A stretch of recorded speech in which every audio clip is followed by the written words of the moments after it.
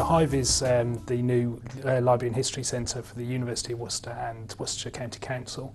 It's the first of its kind. It's a fully integrated public and academic library, and also pulling in services such as Council Hub and the Archaeology Service, the History Centre, the Record Office from across Worcester.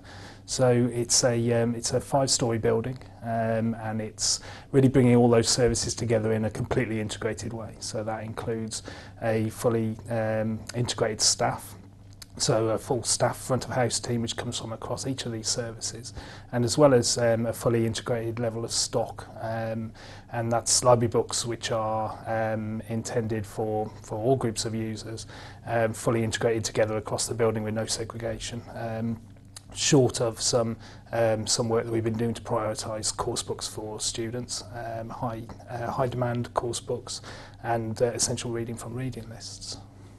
The Hive is a very ambitious project. I think one of the strong selling points for the Hive is around bringing the university into the community an awful lot more.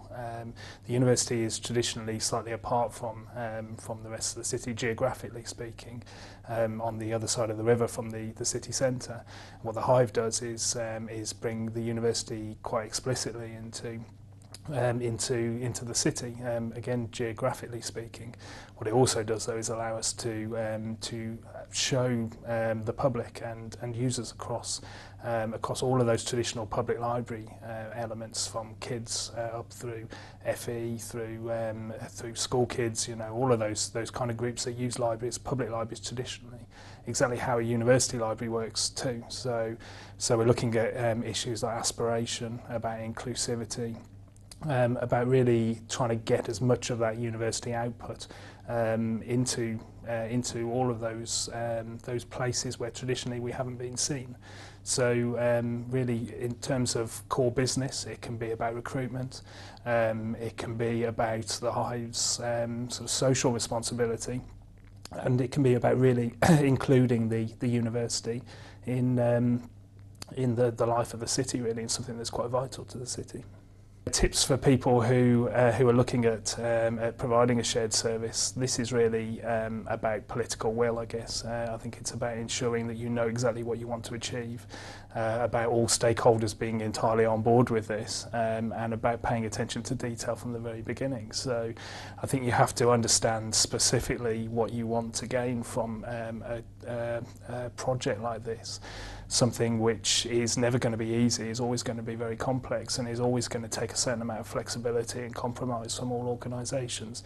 And that buy-in, that political will, I guess, or just that force of will in general, has to emanate from the very top, from your executive managers right down to staff on the ground who are going to deliver those services. And unless everybody's really bought into that, because of the amount of work it takes to deliver something like this, you're not going to succeed. I think selling that early on and ensuring that everybody's very clear on goals and objectives is absolutely key. So that's probably the biggest tip that I could say to people, really. Make sure that you understand what you're getting into. We engaged with Capita fairly early on in the project to deliver the library management systems for the Hive, and that's no easy task in itself. Both the university and the county council were already Capita customers, but what we needed to do and what we needed to work with Capita to achieve was to really take a core library management system and shape it and configure it in such a way as it can deliver the very different goals of the Hive, the service that doesn't exist elsewhere. So with Capita, what we had to do very early on is again ensure that they really understand that what we're trying to achieve is something quite special, and that's not just an off-the-shelf service, off-the-shelf system.